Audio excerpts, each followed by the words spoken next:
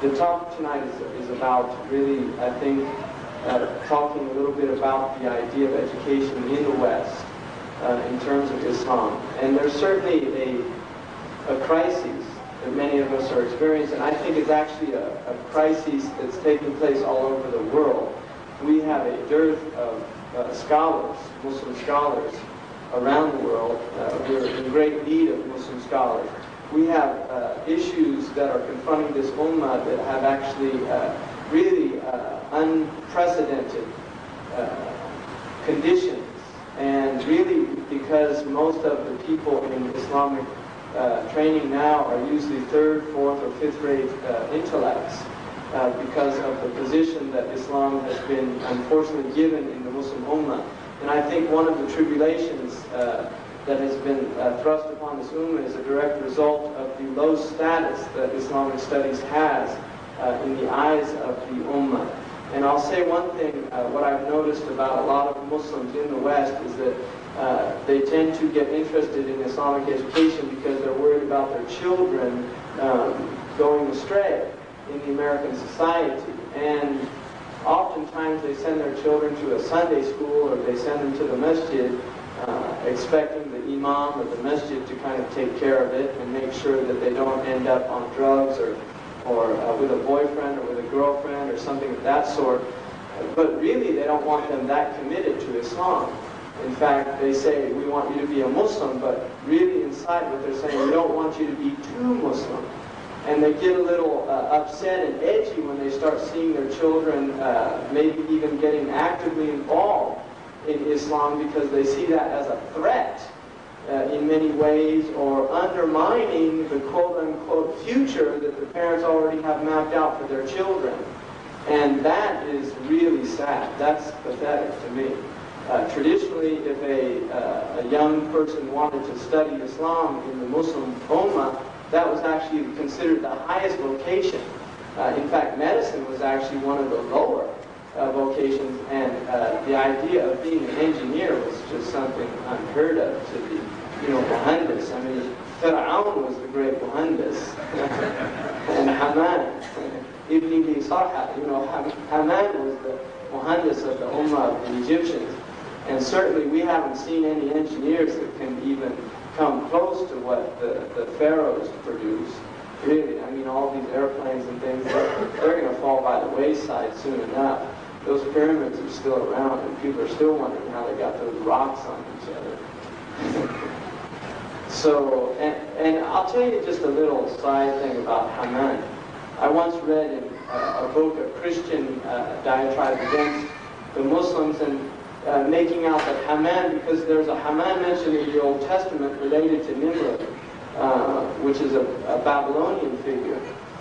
And this Christian was saying that the Prophet Muhammad obviously heard this story on a caravan and got it mixed up. Got the Haman of Egypt mixed up with the Haman of Babel. Right? And I remember reading this and thought about it and really didn't have an answer or reply. I just trusted that either the Bible got it backwards and the scribe got the Quranic Haman mixed up with the Nimrodic, or there were two Haman, simple as that. I didn't really think of any other explanation. But recently, Maurice Bucaille published a book called the Pharaohs, the Quran and the Pharaohs. And he asked an Egyptologist from France, one of the top Egyptologists, if he'd ever heard the name Haman. And he said, actually, I know that name. I've read that name in a hieroglyphic. And he asked him if he could trace it and find it for him. And he was the chief architect of Ramses II, and was actually the builder of some of the temples and the pyramids of Ramses II. And that was completely inaccessible knowledge by this Egyptologist's own admittance. He said that the Prophet Muhammad in no way could have had that information in the 7th century, because it was in hieroglyphic and not available to people until really the late 19th century. So that's just a little set aside. What I want to do before I go into really the situation, I want to look a little bit at really what the Quran is telling us about, because the idea of a Quranic worldview and how we obtain a Quranic worldview and how we inculcate a Quranic worldview into our children should concern us all as Muslims. I think the first thing to recognize that in the Quran, to me, there are three very strong themes in the Quran. The most dominant theme is naturally Allah subhanahu wa ta'ala. The Quran is literally letting us know who the Lord of the worlds is. And the book begins, Alhamdulillahi Rabbil Alameen, which according to Malik was the first ayah of the Quran. Alhamdulillahi Rabbil Alameen. It begins right from the start by letting us know that praise alone is due to Allah subhanahu wa ta'ala, and then tells us who Allah is by saying He's Rabbil Alameen, the Lord of all the worlds. And then again, Maliki Yawmiddin lets us know Ar-Rahman Ar-Rahim, gives us the attributes, the merciful, the compassionate, and then lets us know also that not only is He the Lord of all the worlds, He's also the possessor, Maliki Yawmiddin, and Maliki Yawmiddin, the king of the day of the debts falling due, or the day of judgment itself. And the Quran goes on in the most eloquent language that has ever graced the ears of human beings to literally describe to us in the language that Allah subhanahu wa ta'ala has chosen to describe Himself about who Allah subhanahu wa ta'ala is. And there are many, many ayahs, and really if you look up the word Allah in the Quran, in any fahras, you will just literally see pages, because so many ayahs mention this oft-repeated word in the Quran. And Allah subhanahu wa ta'ala, I think the summation that we can come to, or the conclusion that we can come to, that the Quran is telling us that Allah subhanahu wa ta'ala لَيْسَ كَمِثْلِهِ شَيْءٍ وَهُوَ السَّمِيعُ الْبَصِيرُ. There is no thing like unto Allah subhanahu wa ta'ala, and Allah is the hearing and the seeing. And Allah subhanahu wa ta'ala tells us, لَمْ يَكُنْ لَهُ كُفُوًا أَحَدٌ, that He has no peer. There is no one who is a peer to Allah subhanahu wa ta'ala. And so the idea of Tawheed being central to any Islamic education is a given. We can't even debate that issue. And literally inculcating in our youth and in our own lives the reality that Allah subhanahu wa ta'ala alone is worthy of worship. La ilaha illallah. And the ilaha here is a negation of any form of divinity, anything worthy of worship, illallah subhanahu wa ta'ala. And so the kalima itself, which is really what all of the prophets have brought to human beings, to take them out of the worship of created things to the worship of the creator of things, is the most important thing that our children and our own lives should be filled with. And really the meaning should impact us in a way that transcends lip service. In fact, Zurkashi says that none of the letters of the kalima itself are shafawi letters, or what they call labials. None of them come from the lips, because Allah does not want the kalima to be said simply with the lips. But they're all what are called ahruf jawfiyah, or the hollow letters, that they have to come from the center, from the innermost being of the human being himself and herself. And if they don't, then really this is what we call a munafiq, or a hypocrite, who is a creature that lives in a tunnel of contradiction. Nafaq in Arabic is a tunnel, and nafqa was the tunnel of the yarbu', which is a desert creature, they call it jerboa. And this little creature used to pop up one side, and he would look around. And if he saw any danger, he'd shoot to the other side, and he'd get out that way. So he always had a way out. And that's the nature of the munafiq. You see, they always have a makhraj, they always have a way out. They came to the Prophet said, let's go fight jihad. They say it's summertime, it's too hot, let's wait till winter. When the winter came, the Prophet said, let's go fight jihad. They say it's wintertime, too cold, let's wait till summer. And this is their nature. You know, mutadabdibun, they go between, they oscillate. You see, I mean,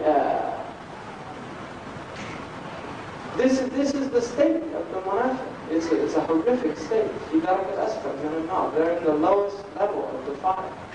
And Like one of them said, Ibn Qayyim al-Jawziyah, rahimahullah, mentions about a man making a dua, one of the salaf, Allahumma ahlik al-munafiqeen.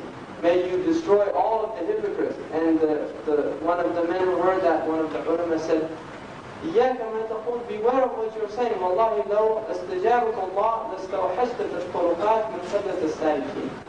If Allah would have answered your prayer, you'd be alone on the streets because so few people would be walking on those streets. And I'll give you an important find, and if you take this and take it to heart, I think it will serve to be very beneficial in your life.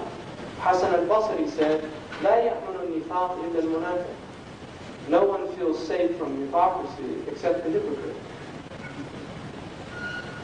So if you're feeling safe and secure, or if you're feeling that those eyes don't really apply to you, then think again.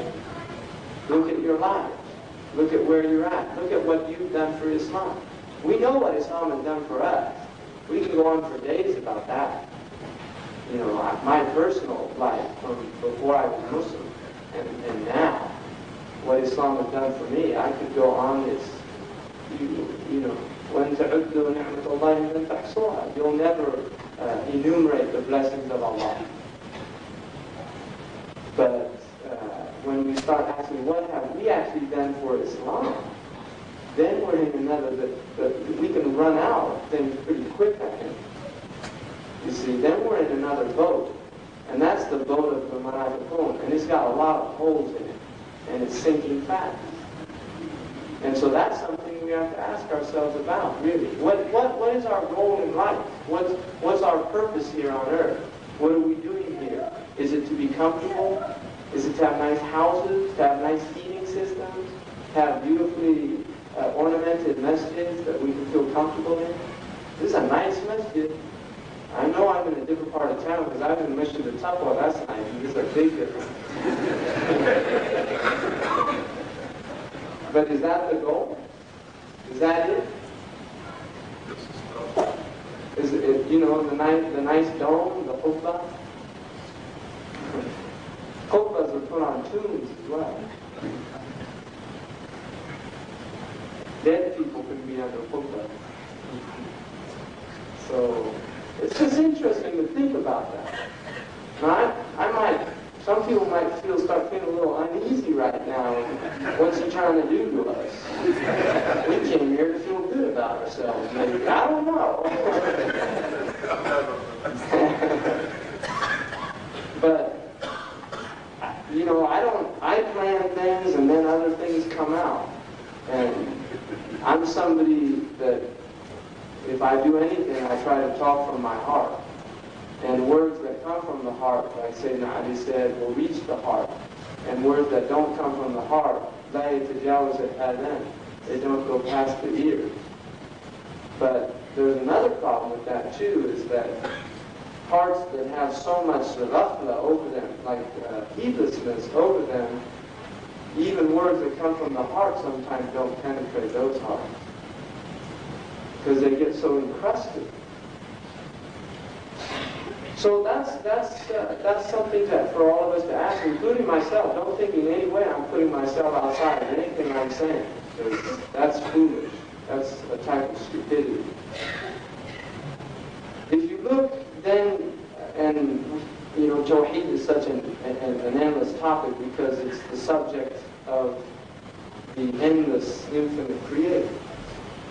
But if you go to the next theme in the Quran, it is the man himself, an insan. What is a human being? I mean, the Quran begins by defining human beings, categorizing them into three categories. That's all there is. And we will all fit into one of those three categories. And the Quran, right from the outset, first it tells you, this book doesn't have any doubts. And then it tells you who human beings are, what categories they fit into, and asks us to think about where we fit in there. And there's only three. There's a mu'min, there's a kafir, and there's a munafiq. And the mu'min gets 4 ayahs. 4 ayahs. Because the mu'min is not a complicated creature. The mu'min is somebody whose inside and outside are the same. So they're not difficult to define. And then the kafirs, even easier, because they really have no depth at all. But then this tricky character comes in there. 13 ayahs to describe the munafiq. 13 ayahs that Allah uses to describe the munafiq. And really emphasizes the nature of the munafiq. So the insan is defined in the Quran beautifully. And then Allah tells us about the nature of the human being. The human being's created, خُلِقَ الْإِنسَانُ ضَعِيفًا, who's created with weakness.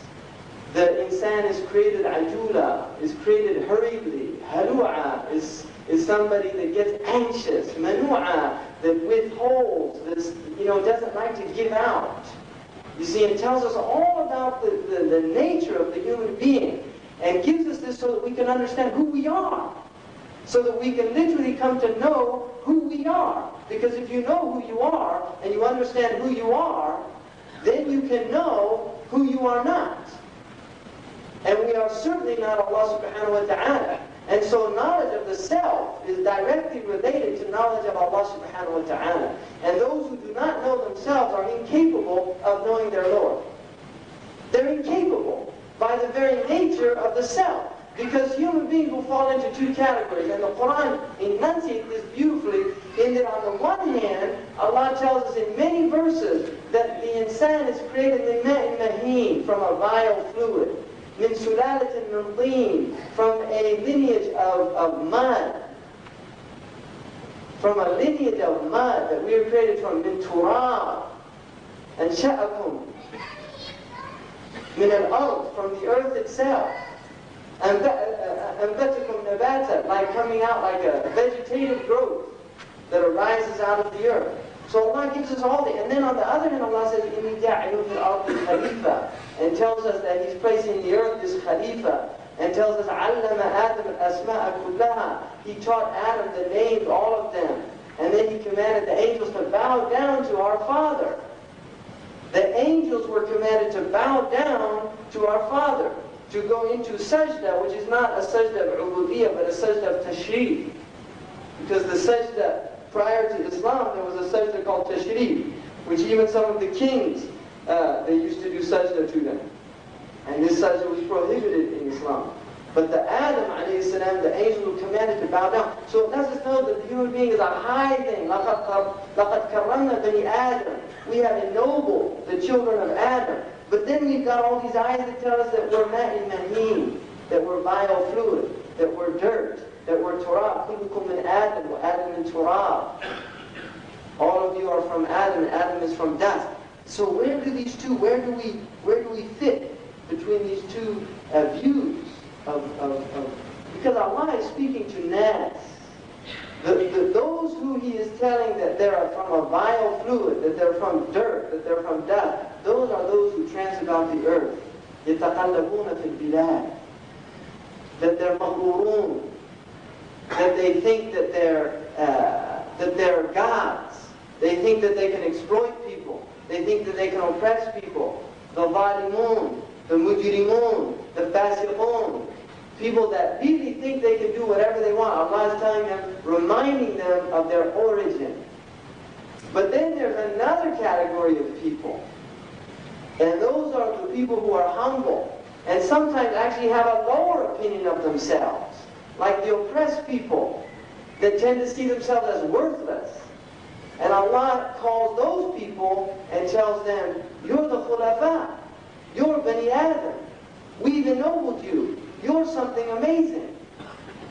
You're people of knowledge.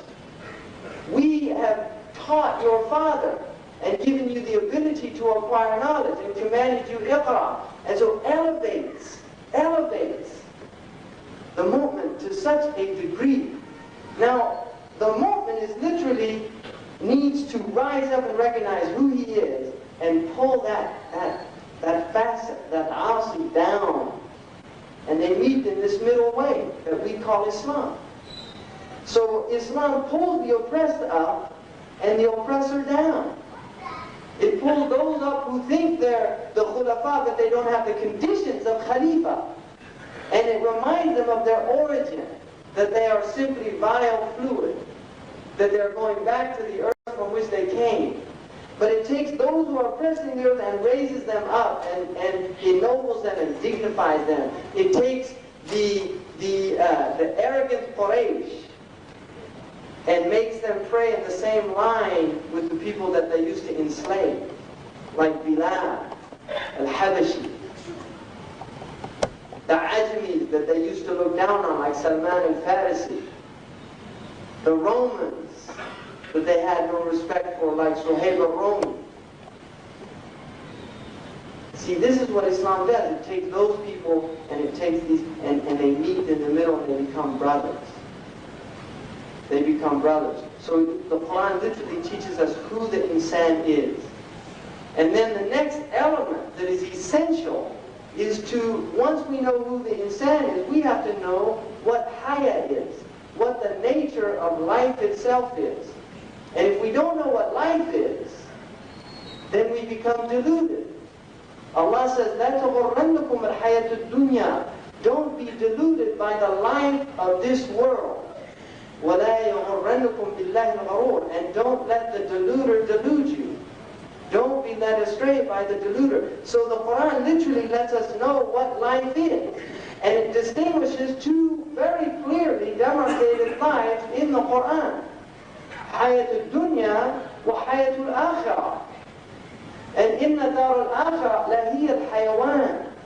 The abode of the akhirah, the last abode, is the hayawan. That is the true life. لَوْ كَانُوا يَعْلَمُونَ. If they but knew. But Allah says, كَلَّا بَلْ تُحِبُّونَ الْعَاجِلَةِ. You love the life of this world. وَتَذَرُونَ الْآخِرَةِ. And you put off the life of the next world. So the dunya is called ajila, and the human being is ajul. But the Quran teaches him to be a man or a woman of sabr, wasbir. All through the Quran, إِنَّ اللَّهَ مَعَ صَابِرِينَ. And sabr is the key to success in this life and in the next life. And this is why the emphasis of sabr itself is throughout the Quran. The ability for the Muslim to be patient, to be able to reason. If you lose your patience, you can't reason. The most patient of men after the Prophet of Allah is Abu Bakr radiallahu anhu, who didn't lose his reason when everybody lost their reason. Because the nature of shaja'ah or courage is that there has to be a stilled center. The brave man can neither be impetuous nor cowardly, because those are extremes of which the mean is courage. Somebody that just runs into the ranks or runs to do something without thinking about that, he might appear to be brave to those who see him, but in reality he's impetuous. He's impetuous.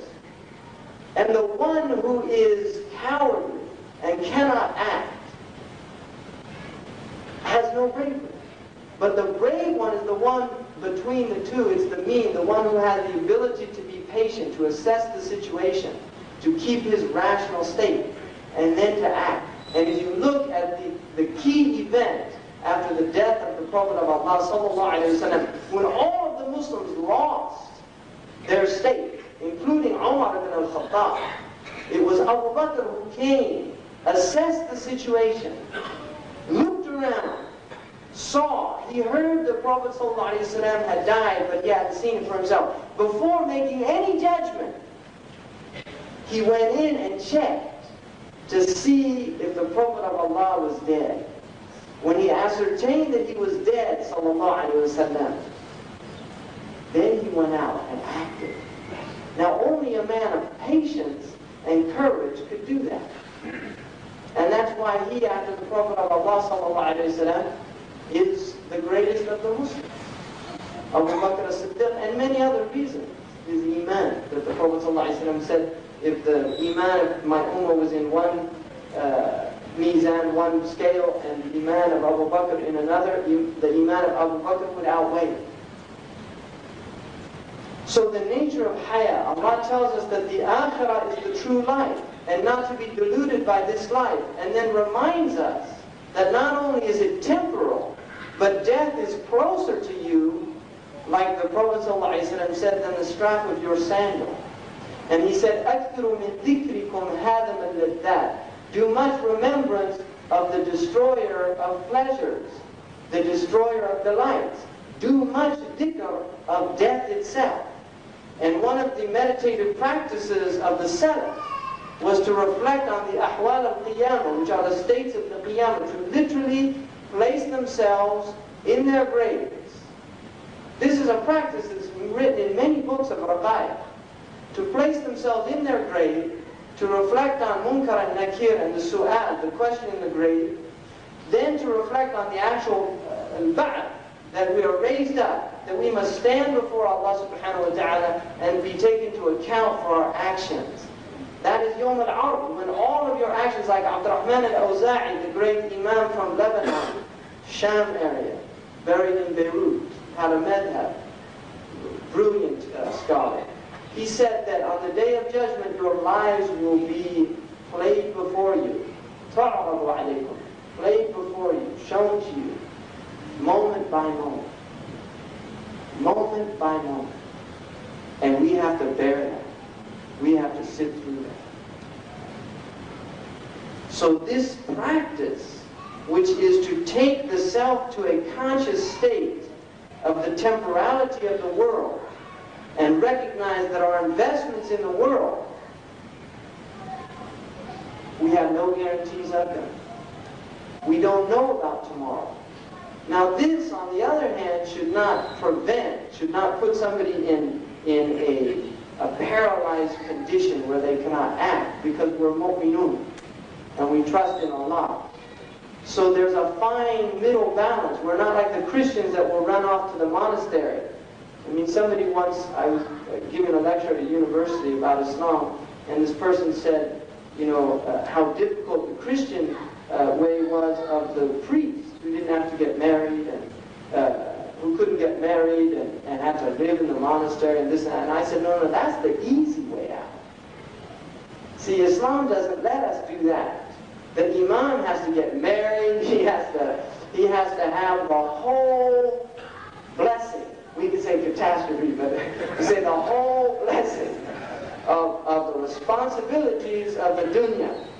The whole blessing of the wife, the children, and they are a blessing, but they're also difficult. They're burdens, they're responsibilities, they're amana. And amana is heavy. Amana is heavy, because the wife is an amana in the hands of the husband. And he's responsible for how he treats her. كُلُّكُمْ رَاعٍ. All of you are shepherds. وَكُلُّكُمْ مَسْئُولٌ عَنْ رَعِيَتِهِ. And you will all be asked about the flock that Allah placed in your charge. So we will be asked about our wives. Did we educate them? Did we treat them with ma'roof? Did we live with them in a good way? Did we respect them and elevate them? Or did we burden them? Were we unjust to them? The Prophet said, لا يفرق مؤمن مؤمنا. A mu'min should never despise a mu'mina. إن كره خلقا رضي بخلق آخر. If he dislikes one characteristic of her, he should find something that he likes, that blinds him. وَالْحُبُّ يُعْمِي. Love blind. And so you really shouldn't look at the faults of your wife. You see? And just a quick, that I'm on this topic for the men. Umar ibn al-Khattab, I love this story.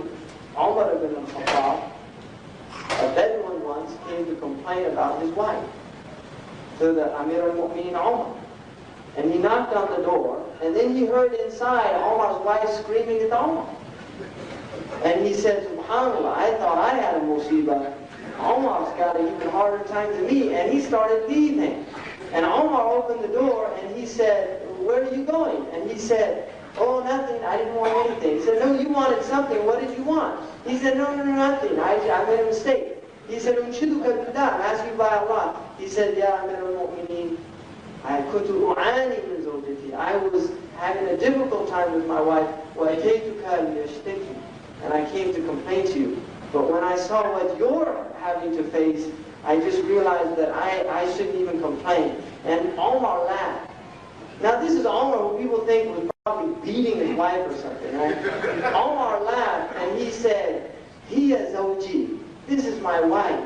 Turabbi awladi, she brings up my children.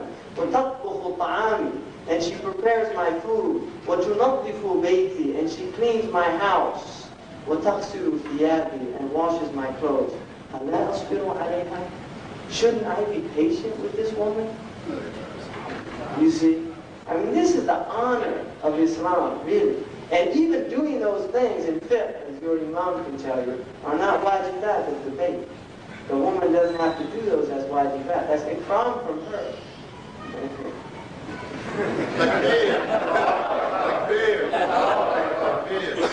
So we should be thanking, alhamdulillah, we should be thanking the women. If they cook your meal, you should thank them, because that's a gift from them to you.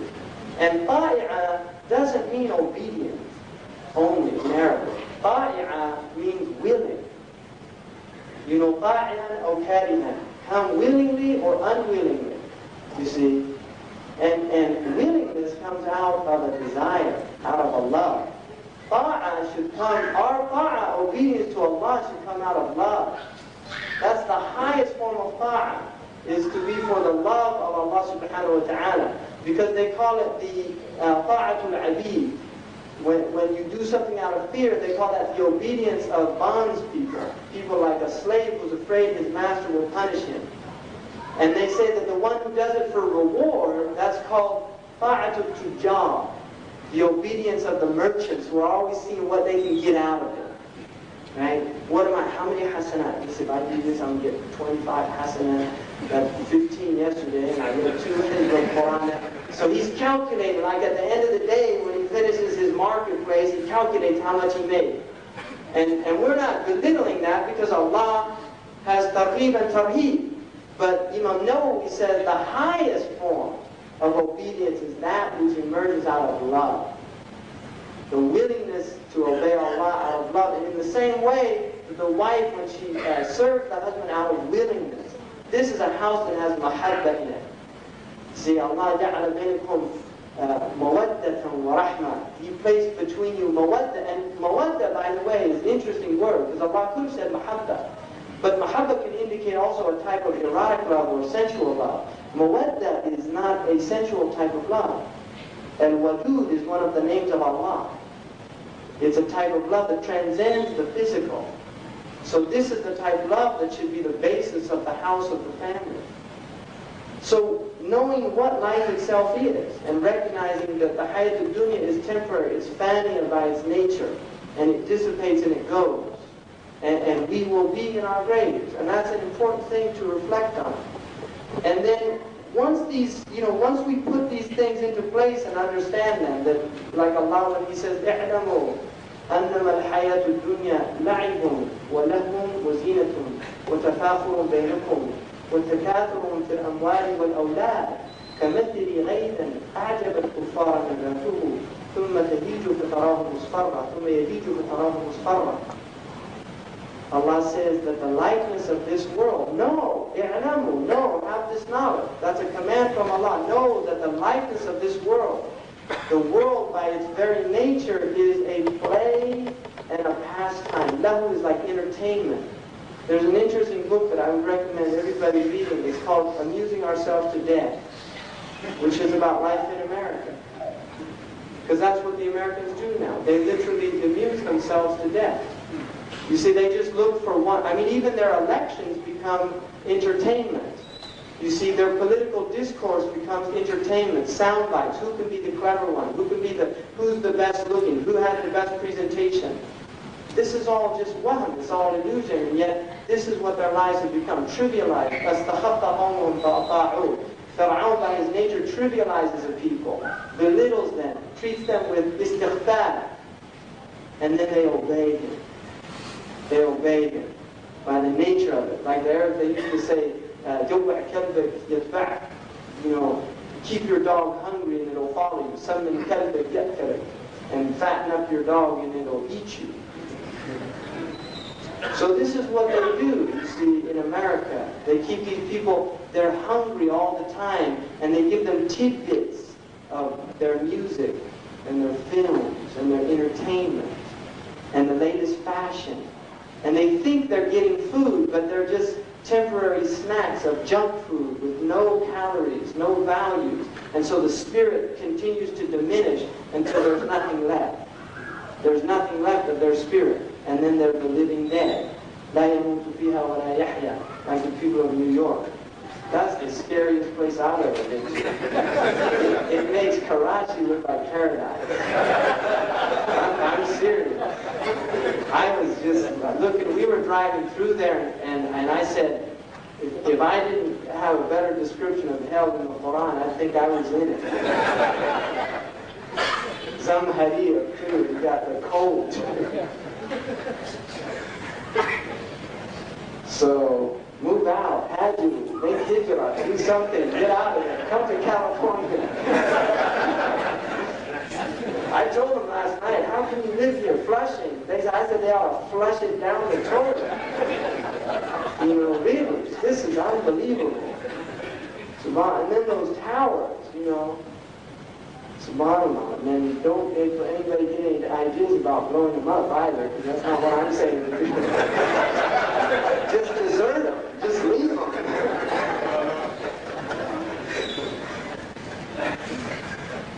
So now, where does this human being in all of this? The human being, according to the Quran, has two basic choices. He either follows ittiba' al-dhan, when yattabi'una illa al-dhan, they only follow conjecture. Or he follows Allah and His Messenger, which is certainty. This is ilm al-yaqeen. It's certainty. What has come from Allah and His Messenger is certainty. So when we follow it, we have absolute certitude. Everything else is dhan, including all the sciences of the dunya. Don't think these are exact sciences. They are not. They do not have any exact sciences, including mathematical knowledge. There are no exact sciences other than the knowledge that Allah and His Messenger have given us. That we are mortal, we will die, we will be raised up. That's certitude. That is exact. But E equals MC squared is just a model that came into the head of, on the one hand, this seemingly brilliant person, on another hand, almost mentally challenged individual in the politically correct language of the 1990s. Because he couldn't even tie his shoelaces. So, really, we have to wonder about all these brilliant people that don't even know why they were created. You have all the things on the wall, PhD, doctor of this, doctor of that, you get up and lecture for hours, you just say to them, ask them the most simple question that you could present to a West African illiterate. Who created you? You ask these two, they say, I don't know. We're still thinking, that's out, it's out, we're still thinking about it. Carl Sagan hasn't informed us yet. Right? It'll be on Channel 9 soon enough. We're waiting for the White House to officially announce whether there's a God or not. You see, they don't know. But you take, in terms of this culture, the most ignorant human being on the earth, right? Some poor farmer in West Africa, who I live with those people, and can't read or write, and you ask him who created him, and he'll say Allah subhanahu wa ta'ala. And you ask him, what happens when you die? He said, I go back to Allah and raised up. Allah asked me what I did in my life. So he knows that. Now that is the highest knowledge. La ilaha illallah, there's nothing higher. And that's what this deen did. It took, you know, I was in the United Arab Emirates, and there were the illiterate Bedouin who happened to be very wealthy because they were from the royal family, and we went, some people asked us to go give them dawah, right? And I went, and there they were with their guys, they have their eagles or their falcons, and sitting around with their asa, you know, their sticks, and talking in the Bedouin language. You know, and I'm sitting there, and he asked me, what were you before you were Muslim? I said, a Christian. He said, oh. He said, now what do they believe? I said, well, they believe Isa ibn Allah. And then his younger brother, who was about 18, probably, said to him, well, yeah, that makes sense. And I said, well, why? He said, well, he didn't have a father, right? So that means Allah must have been his father. This is a Bedouin, right? Now his brother, who heard him say this, took his stick and hit him. And he said, "Lam yalid wa lam yulad." And I just said, SubhanAllah, look at this Quran. It takes an ignorant human being and gives him a deep philosophical understanding. There he is, he doesn't even know the word philosophy.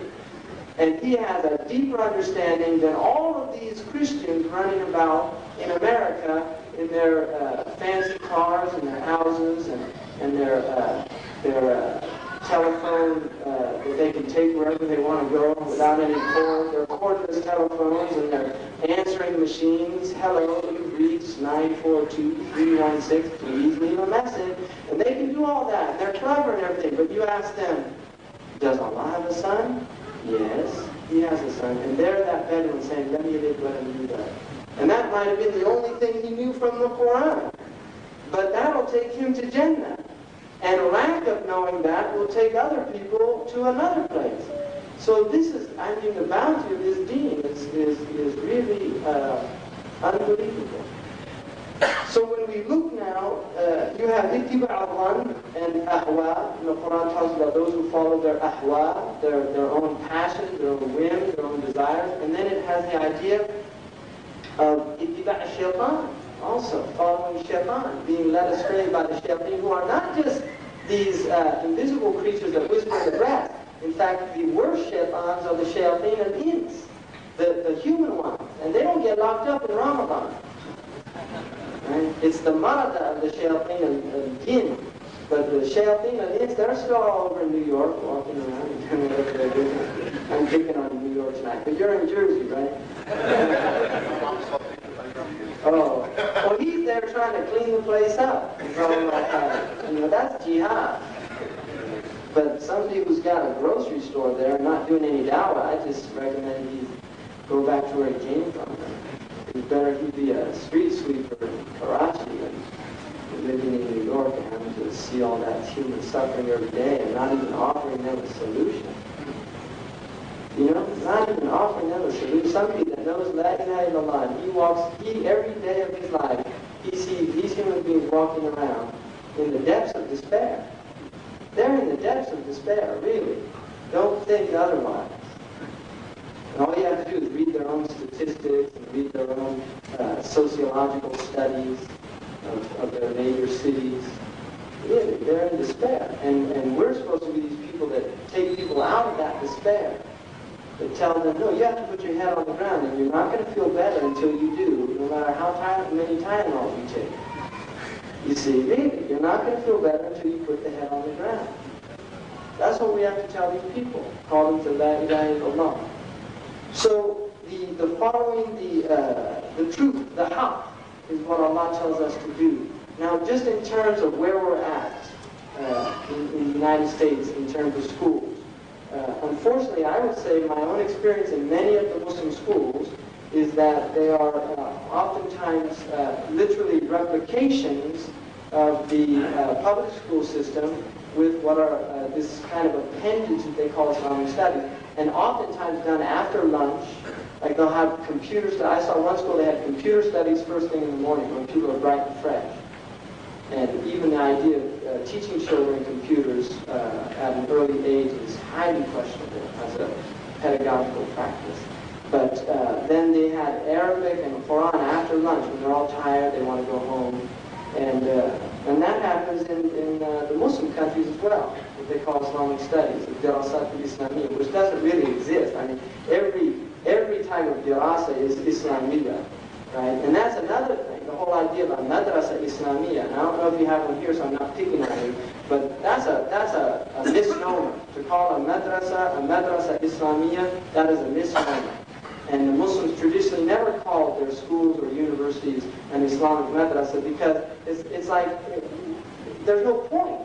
I mean, either a madrasa is Islamic or it's not. And if it is, you don't need to spell it out. It's called lisan al-hal. And oftentimes when you make a claim, especially if it's not a true claim, In fact, Ahmed Zarruf, and I'll give you a qa'idah that he once gave, this is a principle. He said, anyone that makes a claim higher than his own claim, Allah will expose him for what he is, fraudulent. And anyone that makes a claim that he does possess, Allah will take it away from him. And anyone that makes a claim lower than his own claim, Allah will raise him up to a higher station. You see, to a higher maqam. And this is why we say, وَإِنَّنِي مِنَ الْمُسْلِمِينَ. You see, I mean, in the Quran you always say that, min al-tab'id. You know, I'm from amongst the Muslims. And that's a type of humility.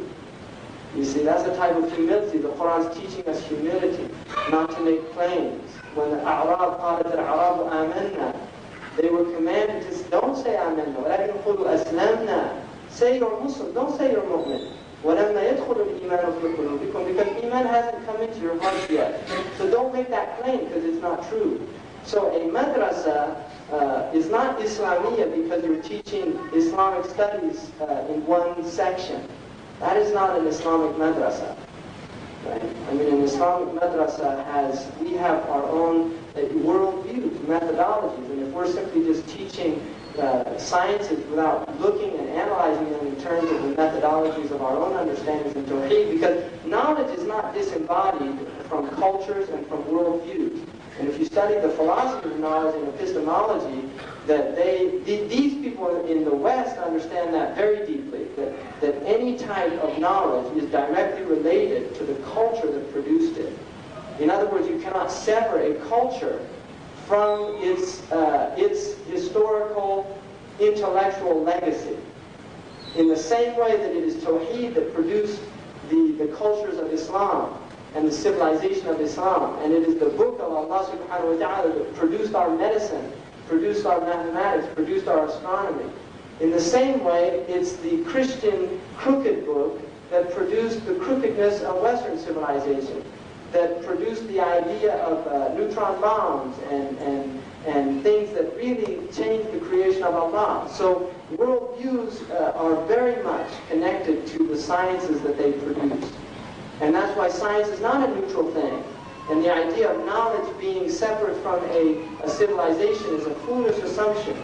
In many ways, Islam would never have produced much of what this culture has produced by the very nature of the Islamic worldview. Which is not saying that Islam is in any way anti-science. No, we had science, we produced science. You know, this is just an absurd argument. But the idea that somehow science is just a neutral topic, no, because we know many of the theories in sciences now are antithetical to Islam completely.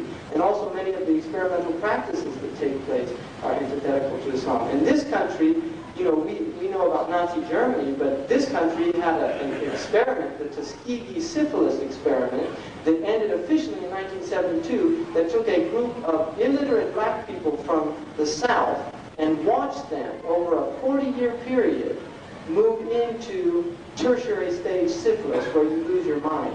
And they would not treat them, despite the fact that after the experiment started in the 1930s, by the 1940s there was a cure for that disease. They refused to give those people that cure.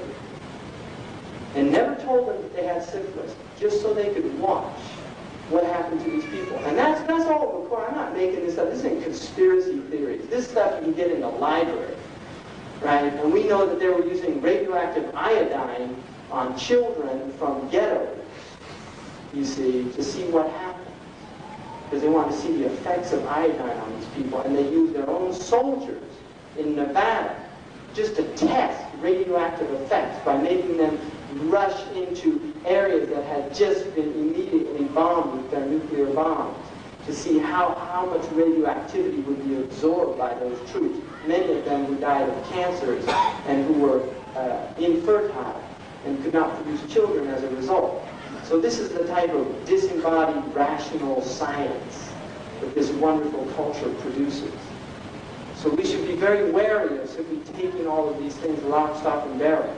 Our schools should be really guarded in terms of what we're disseminating, what we're teaching our children, the deen of efficiency, you see, because their God is efficiency, and our God is a merciful God, and oftentimes efficiency and mercy are mutually exclusive. The efficient solution is not always the humane solution.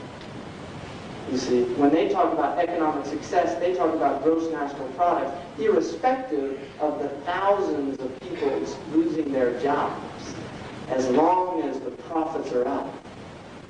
You see, this is not our worldview. Because Islam, if everybody's liberties and rights aren't secured, then nobody's are. And that's our tradition. So I think we have a lot of work to do. And I think, and I'm not in any way questioning anybody here, or, I'm sure you're the good people. If you're in the masjid, you're the good people. Really. I'm in no way, alhamdulillah, it's a blessing. People here, we're inshallah the people of Ahlul Masajid. Those are the people, that's one of the 7 people that Allah will give His shade on the Yawm al-Qiyamah, a heart connected to the masjid. And I know people struggle hard just to come to the masjid. People are tired, people work, people do these things. So, alhamdulillah, in no way am I trying to offend anybody or anything. I'm just putting out things for all of us to reflect on and think about. And just in terms of Islamic schools in this country, I think that when we start establishing schools that are going to produce scholars, then we can call them Islamic schools. When we produce schools that our children become hafiz of the Quran, learn the language of the Quran, the Arabic language, that when they graduate, they have an understanding of their deen, and not simply just what the Arabs call ru'us al-aqlam, like the tips of the pens, the 5 pillars. No, that's the Bedouin who's allowed just to know the 5 pillars. We're Hadari people. We're people of the city. City people have a higher taklif than the Bedouin people. So we want to produce really people, indigenous people in this country, that can take the deen to the next generation, because we're all going to be dead soon enough. Really, we're all going to be dead. And this life goes fast. And those of you who've got some gray beards in your hair know the truth of that statement. Really. And the younger people, it takes a little while for it to hit home. But it does. And it hits home soon enough. And once you start recognizing that life is dissipating, that life is literally leaving us, then we just have to prepare for the akhirah. And part of the preparation is ensuring that the deen is transmitted to the next generation, that there's some continuity here. Because we can build masajid, but if they're not youth that are going to replace all of us and carry the deen on, then we failed completely. We have failed completely. And the last thing that I will say about children, and I personally believe this, children in the Islamic tradition are born pure. They are born completely open to good and evil. But their natural state is a state of goodness. And if that is nurtured, they will grow up good. If it's neglected, they will grow up habituated to foul things. Qadi Abu Bakr says in his book on raising children, it's mentioned in the Madkhal, know that your children are amana, وَجَوْهَرَةٌ نَفِيسَةٌ أَوْدَعَهَا اللَّهُ سُبْحَانَهُ وَتَعَالَى عِنْدَكُمْ. They're a beautiful, precious jewel that Allah has given as an amana in your hands. فِإِنْ عَوَّدْتُهُمْ خَيْرًا تَعَوَّدَهُمْ. If you habituate them to good, they become habituated to it, and they grow up doing good. And if you habituate them to evil, they become habituated to it and grow up doing that. You have the reward of their good, and you have the wisdom of their evil. You see, so the parents, we are responsible for our children. And وَمَنْ وَجَدَ خَيْرًا فَلْيَحْمِدِ اللَّهِ. Whoever finds good, let him thank Allah. وَمَنْ وَجَدَ غَيْرَ ذَلِكَ فَلَا يَلُومَنَّ إِلَّا نَفْسَهُ. And if he doesn't find it, if he finds other than that, let him only blame himself. Let him only blame himself. So with that, I'll just stop there. Jazakumullah khairan. Assalamu alaikum wa rahmatullahi wa barakatuh. A question came in here, and then I'll open the floor for the brothers or the sisters to ask a question, inshallah ta'ala. The question is saying, it's about he himself, he's as a person. When did you become a Muslim? I know a lot of people knows that, but he has to answer that, inshallah ta'ala. just because for the brothers and sisters who doesn't know, inshallah. The question is, when did you become a Muslim? How did you learn this Arabic language? So I'm not the only one who solved the rest with his Arabic, alhamdulillah, and the rest of the question is, you seem to have enough knowledge. Are you are thinking about writing a book? So I'm going to leave this couple of questions for him to answer first, inshallah ta'ala. About my own self, there's a book of which I don't get any royalties for, called American Jihad, and the last chapter is actually a story of my how I became Muslim. But I became Muslim when I was 17, and it was basically after a serious car accident that started getting me thinking about death, and I really wasn't very content with Christian religion at that time. So alhamdulillah, I did a study of different religions, and I actually, Islam made the most sense to me at that time.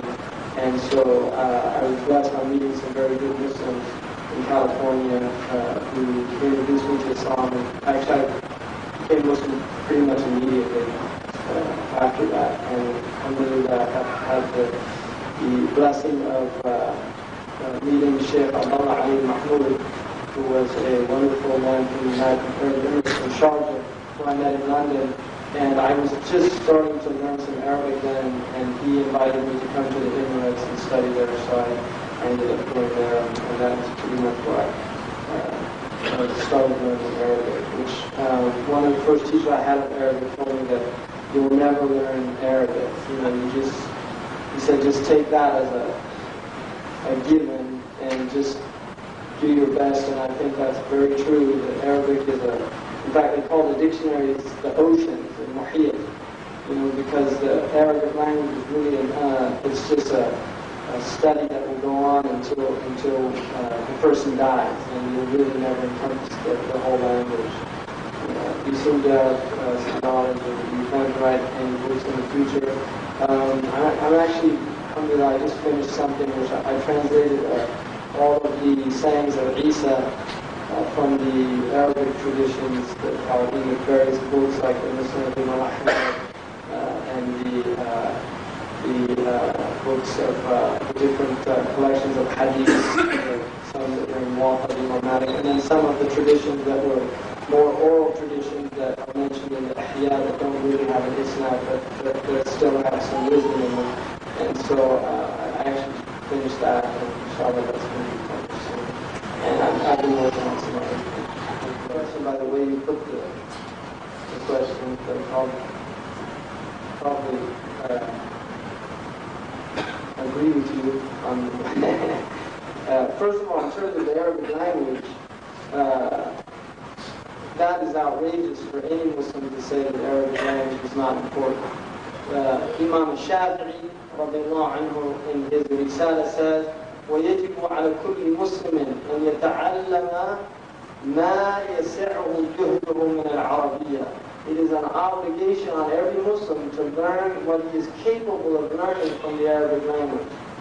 And Umar, when he sent his governors out, he used to say, تعلموا العربية وعلموها فإنها من الدين. Learn this Arabic language and teach it because it's from the deen. And just as English has become the dominant language of the world, and we have people in Pakistan that speak English better than the Queen, and we have people in India, and they worked hard to learn that language and to perfect that accent. Not all of them have, some people have a hard time with the English accent. In fact, when I was in West Africa, when I used to speak English, the little kids would come around and they go, whoa, whoa, whoa, whoa, because they thought it was a funny, it didn't have, like Arabic's it has a lot of strong sounds and you have to articulate them, whereas English you can kind of tell anything and not really say anything. So I think on the contrary, in fact I personally believe one of the reasons for the deep decline of this ummah is the decline of the Arabic language and its importance.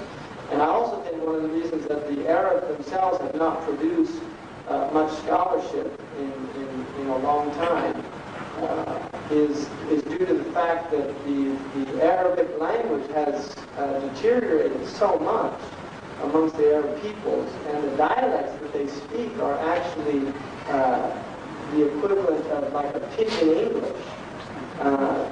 It's difficult for a lot of Arabs to actually articulate, to have discourse at a kind of intellectual level.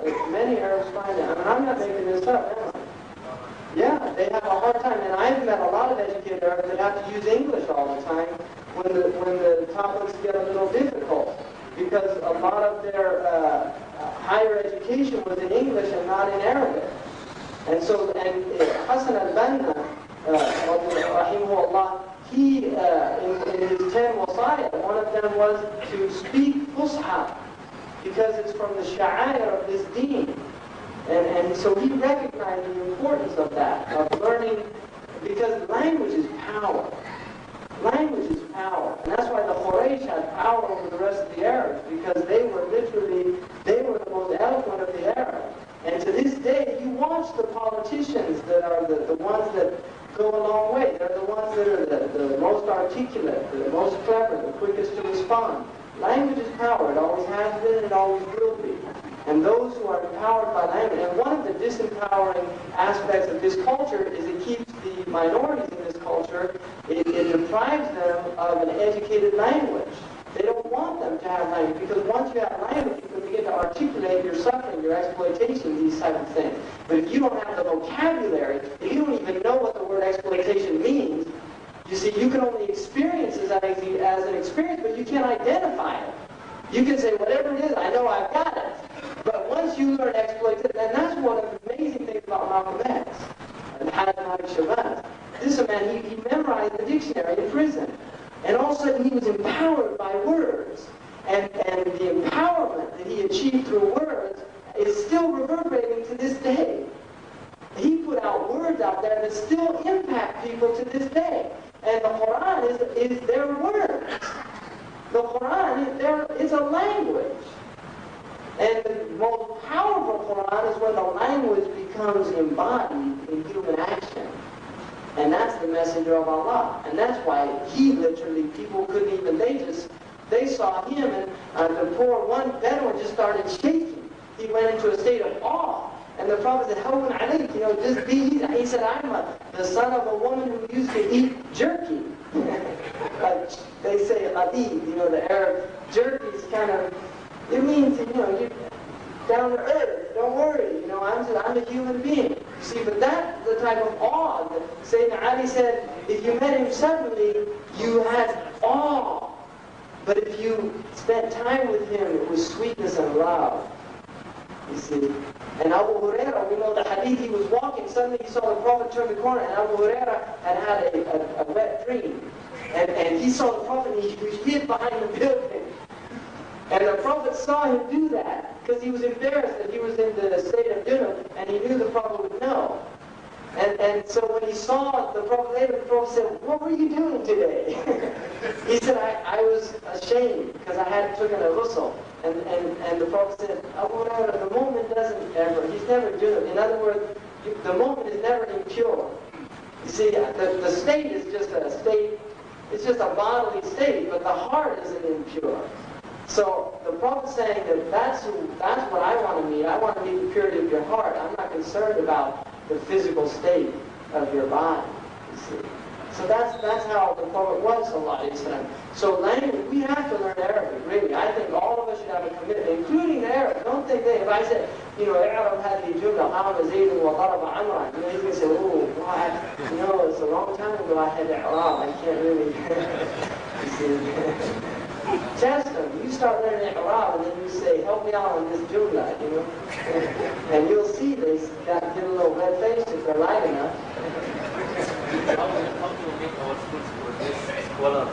Well, I think, one of the things about memory is something, that many of our scholars were gifted with. And memory is not a condition in ijtihad, interestingly enough. In other words, to be a mujtahid by sharia, memory is not one of the conditions. In other words, to be what's called a hafid or a hakim, which is to memorize, to encompass the sunnah through memory, like Abu Dawud and these people, and they were phenomenal, had phenomenal memories, which is often attributed to the purity of heart and also the openings that Allah gave them, because memory is a fath from Allah.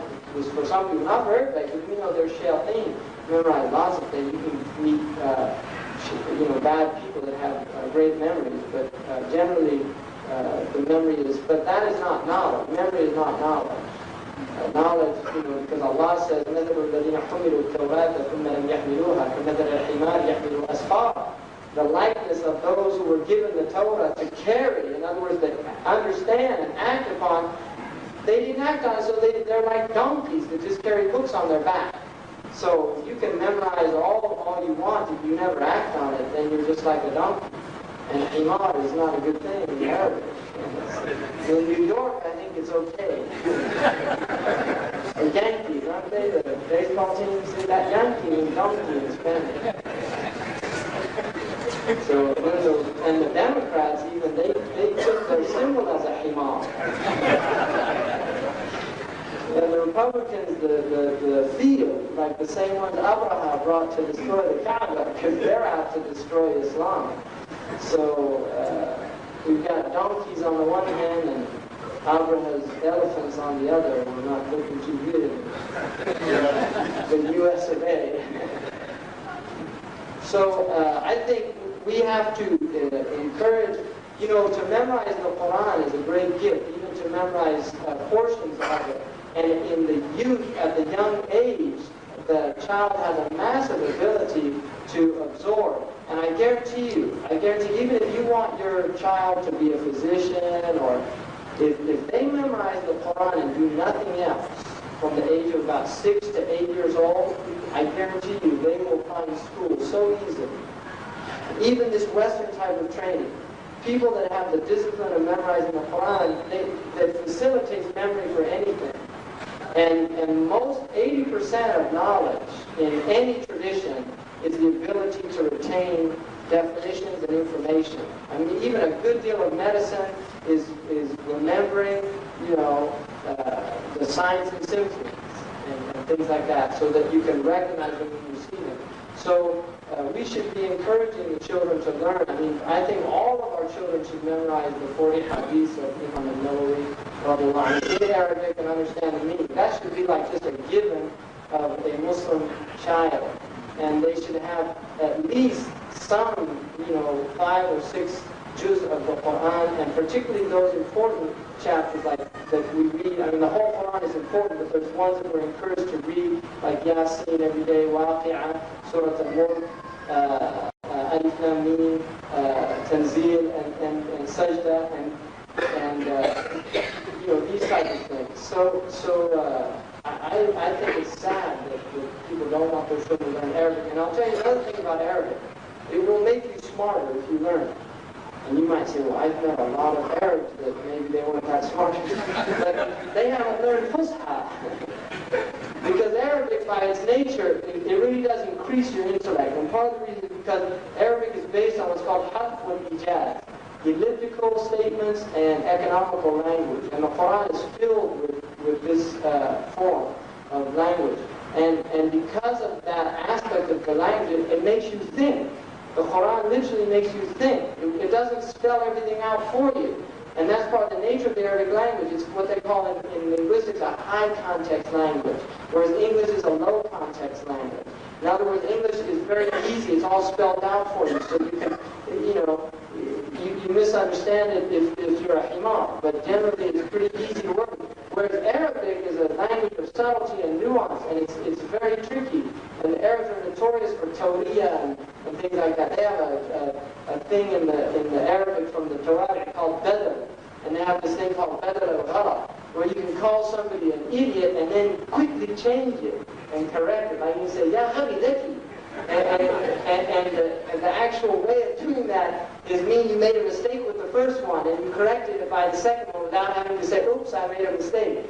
You see, so they have very clever ways of calling each other names and doing things, and they have a whole history of that, what they call tawriya, and playing games with language. So it's a very intellectually stimulating language, really. And just looking into root words and delving into the language, I mean, it's a wonderful exploration.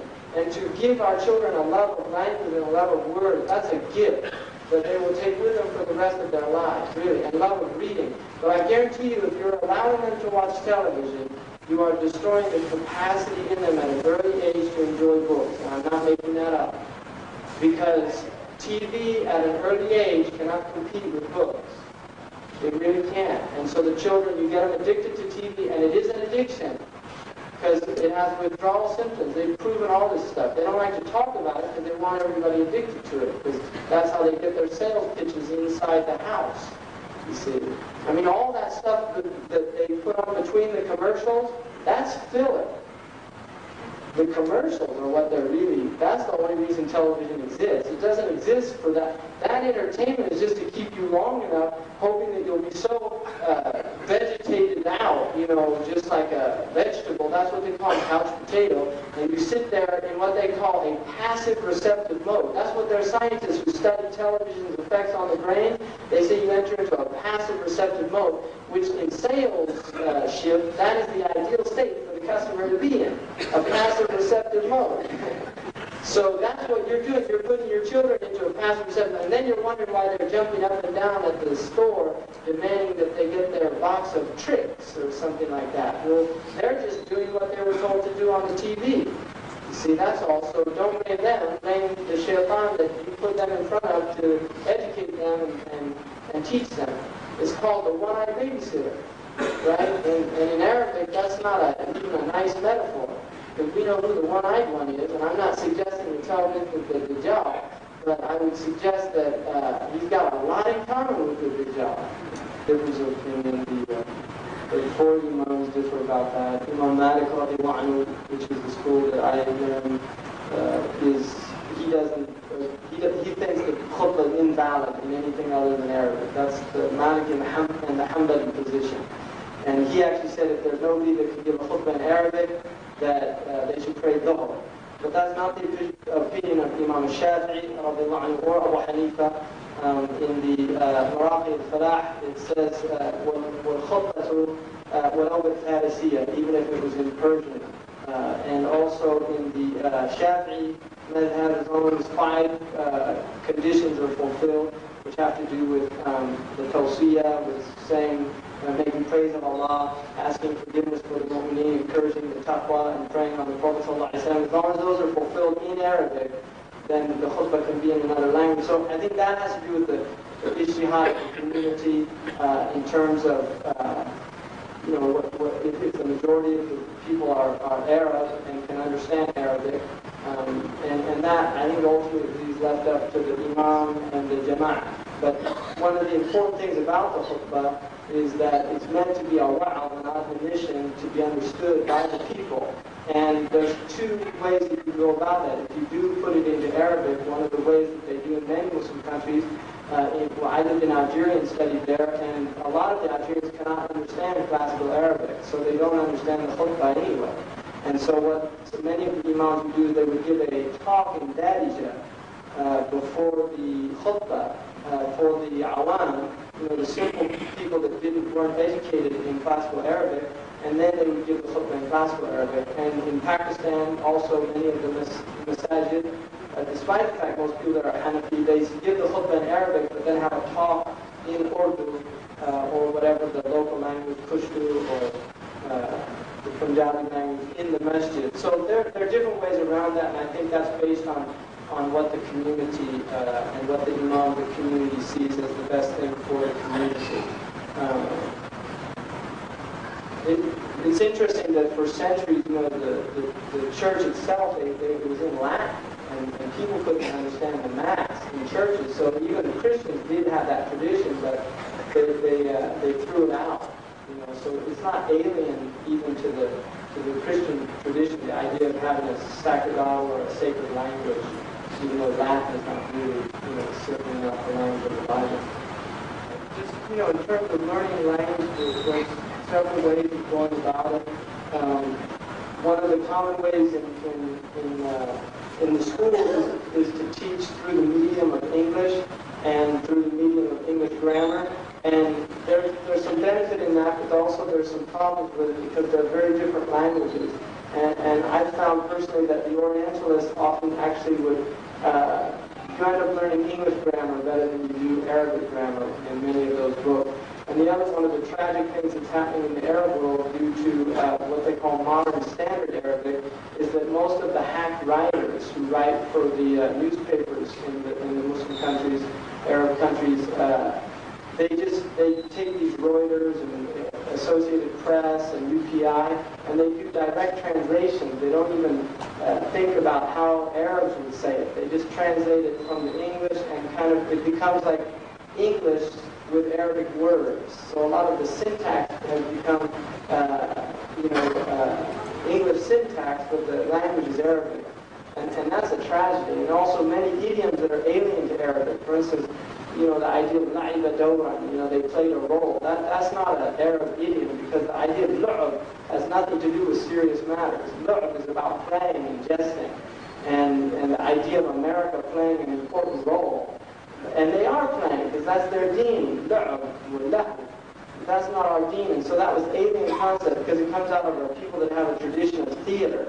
And the Muslims traditionally did not have a tradition of theater, with the exception of Iran, who had a pre-Islamic tradition of theater. The Arabs did not have masrahiyat. It's a modern phenomenon that came out of the impact of colonialism on the Muslim countries. And now, unfortunately, there's Muslim Arabs writing masrahiyat and khayalat and all these, they produce like Naguib Mahfouz, it's like, they give him the Nobel Prize because he's just become a Westerner in his whole outlook and mentality, a fiction writer. Our great scholars never wrote fiction, they wrote haqq, they wrote truth. And Alf Layla wa Layla, which they translated love, that was a book that was shunned and looked down upon. It had no merit in the Islamic tradition at all. And it was actually put in by people that were trying to undermine the Khilafah at that time. The political intrigue and things like that. It was kind of like a pornographic book that was written to kind of get youth and then wasting their time reading those type of things. So really, we don't have a tradition of that. And now, unfortunately, there's Muslims that are becoming fiction writers and these type of things, and it's very sad. It's really sad that that's all. But this is the lizard's hole that our Prophet told us we would go down. And he said that, even he said if one of them sleeps with his mother, one of my women is going to do the same thing. That's how the love. And one of the things that we miss in the hadith is the intonation, although in the riwayah there is a type of naqal that has to do with if the Prophet laughed, then the rawi of the hadith would laugh. That is a type of riwayah in hadith literature. But we don't often know how the intonation was. And in that hadith when it says that سَنَنَ الَّذِينَ مِنْ قَبْلِكُمْ شِبْرًا بِشِبْرًا ذِرَاعًا بِذِرَاعٍ حَتَّى لَوْ دَخَلَ جُحْرَ ضَبٍّ لَدَخَلْتُمُوهُ. When the Sahaba say al-Yahud wa Nasara, my image of that is them saying al-Yahud wa Nasara, Ya Rasulullah, like they're just so amazed. And he said, فَمَنْ, who, if not them, who are you going to follow? But they were so far from that idea, but now we're living it, we're seeing and that's one of the blessings of the signs of the end of time, is that just like the Sahaba got to see the mu'jizat, they didn't get to see the ghaybiyat, the khabar al-ghaybi that the Prophet gave, but we're witnessing the ghaybiyat that they didn't get to see.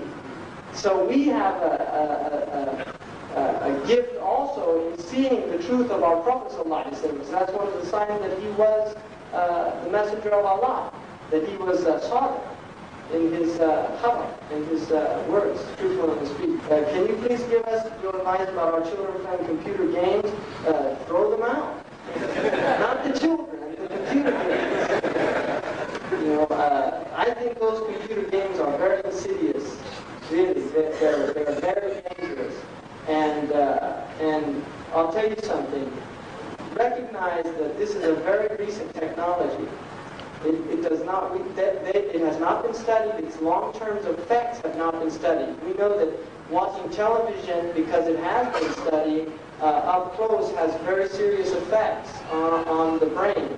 And I'm not going to be surprised if in 20 or 30 years from now there's going to be a lot of people with brain tumors and things like this. Really, I won't be surprised if that happens at all.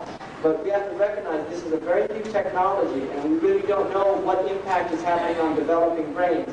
Because in neurology, you know, during the first 11 years, there is massive development going on in the brains of our children. There's all of the neural connections, the networks are literally being set up. And there's myelination going on of the sheaths in which the neurotransmitters are being transmitted with. So we have to be really wary about a lot of this stuff. And my recommendation is that computers, obviously in many areas, they're becoming, you know, like a necessity. But I really think in terms of our youth, particularly before the ages of, you know, maybe 9 or 10, I would really be wary about putting them on computer. I personally do not. I have a computer that I use for typesetting, and people have given me software for. I don't let my children near the computer. I really don't. And they don't watch television, and that's what I'm doing in my house. And really, they don't miss it. If you give them things to do, they don't miss it. Really. It's just, to me, it's a cop-out on parents' behalf. It's just an easy way of dealing with your children. It's an easy way of putting them in front. Because unfortunately, we don't have infrastructure here. We don't have extended families. The grandma's not around to give the mother a break. And so oftentimes it's easy to put the child in front of the television set, and then you get, you know, an hour or 2 or 3 or 4 of free time. But there's a big cost for that, and you're really going to regret it down the road. So my advice to all of you is invest in your children now. You know, invest in their education, and not for doing it, you know, just for the sake of Allah subhanahu wa ta'ala. And if you do that for the sake of Allah, Allah will rectify يُصْلِحْ لَكُمْ أَعْمَالَكُمْ وَيَغْفِرْ لَكُمْ ذُنُوبَكُمْ إِنْ شَاءَ Allah. He will rectify our state, and He will forgive us our wrong actions. أقول قولي هذا وأستغفر الله لي ولكم. السلام عليكم.